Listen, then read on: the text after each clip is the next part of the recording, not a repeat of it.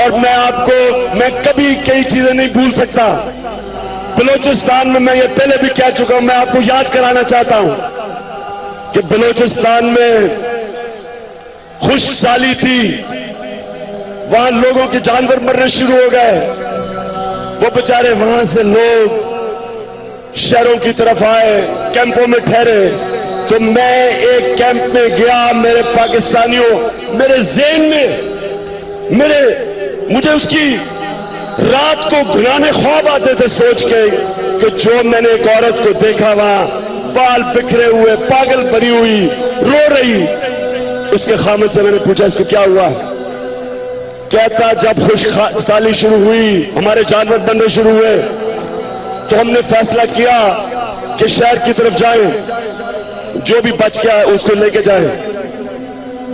تو کہتا لیکن ہمارے پاس ہماری ایک معذور بیٹی تھی اور ہمارے پاس اس کو لے جانے کے باقی بھی بچے تھے, تو ہمیں اس معذور بیٹی کو چھوڑ کے جانا پڑا. اور یہ ماں ابھی بھی اس کو اس بیٹی کی چیخیں یاد آ رہی ہیں. جب یہ جا رہے تھے وہ چیخیں مار رہی تھی بیٹی. کون سا معاشرہ اجازت دیتا ہے اپنے انسانوں کو اس طرح رکھنے کا؟ اور میں دیکھتا تھا یہاں اوپر ایوانوں کے اندر یہ شریف خاندان اور وہ زرداری خاندان اربوں روپے ان کے باہر ہیں, پیٹ ان کا بھرتا نہیں ہے. ایک گھر نہیں تو دوسرا گھر, پیرس میں, لندن میں.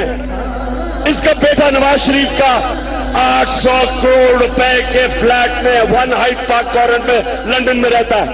کدھر سے آیا پیسہ؟ کیوں قوم چپ کر کے تسلیم کرتی تھی؟